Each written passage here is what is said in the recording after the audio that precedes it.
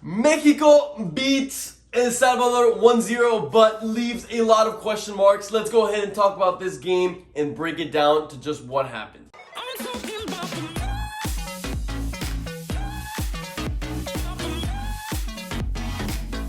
What's up, guys? Welcome back to El Merengue Culé. We have a lot to talk about. First of all, I'm going to have Ricky explain to us why there is no actual live reaction video for this video. So I don't even know what happened, but somehow the file got corrupt, or I don't know, but the recording just wasn't there.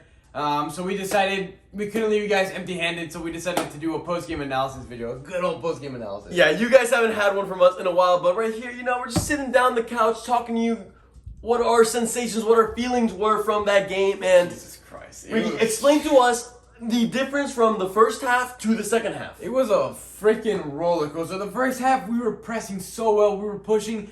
And Salvador had possession, I would admit. But when we would win the ball back, we were so direct with our attack. We knew exactly, we had a clear vision of attack. And when El Salvador, when they had the ball, they could not break us down. They would attack, they would try this, they would try down the flanks, down the middle. They could not penetrate us. And it was such a good feeling because, especially after the first goal, you're like, man, here comes a 3, exactly. a 4-0. Like, you felt it coming.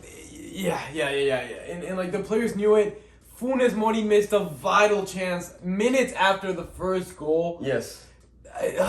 For me, he had a very, very slow game, not able to link up with the rest of the team. We've talked about it. He's the type of player that looks for the pass before the shot. He's a very selfless player, but quite frankly, he was a step behind the rhythm that the rest of the Mexicans were playing at. He could not connect with the rest of the team, and it really left us playing a man down.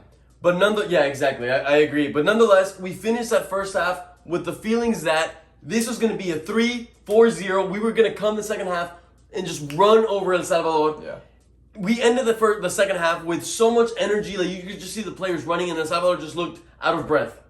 But then came the complete switcheroo on us, and El Salvador just turned it up, and no single Mexican player showed up. What ended up happening was we started fouling a lot, which is something that we weren't doing the first half. El Salvador was, in my opinion, being the dirty team. Super dirty. That first half, coming in for all the angles of the Mexican players.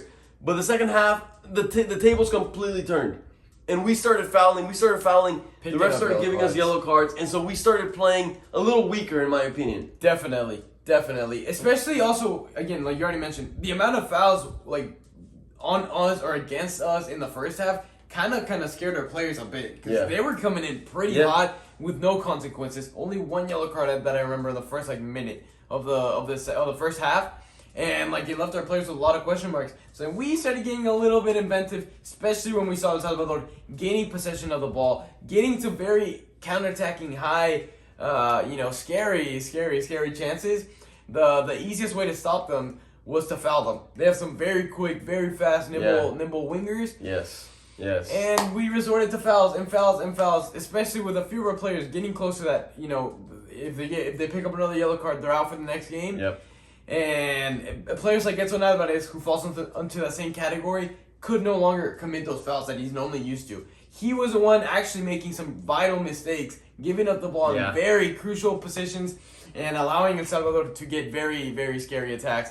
And it just kind of went downhill. And El Salvador grew from it. They had a majority of the fans in the crowd, and you could hear it. You could hear them chanting. You could feel they were a strong crowd, and they used that to their advantage. It was, good for them. And they came this close to getting the goal. They had that free kick where they hit the post, and they had so many other chances where we messed up on our own. The ball fell to them, and they would either shoot it and somehow our goalie would save it.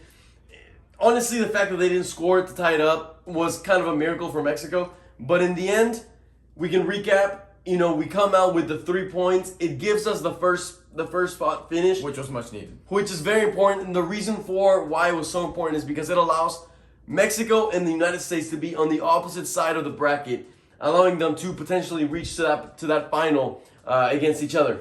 But now, I will say, if Mexico keeps playing like they did today, there's going to be no final.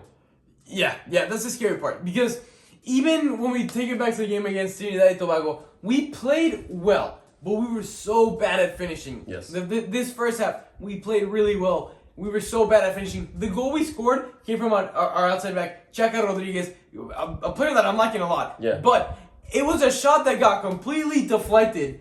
And, you know, I don't even know if it was on target that first shot. Maybe so, maybe not. But it was a complete deflection. Yeah. It wasn't a clean finish.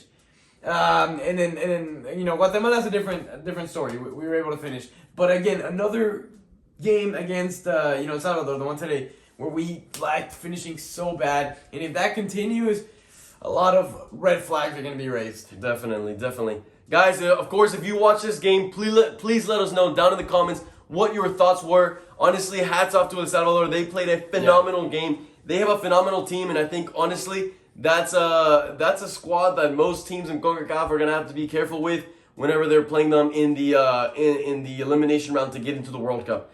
This El Salvador team is a new, revitalized team who could upset some big teams out there. So, guys, with that being said, once again, let us know down in the comments. Sorry that we couldn't have the live reaction videos. I said, like we said, these files were just corrupted, and who knows what the hell happened. Hopefully it doesn't happen again.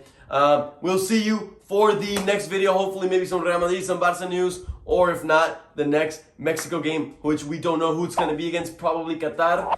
Yeah, we'll see. With that being said, Viva Mexico, and we'll see you next video.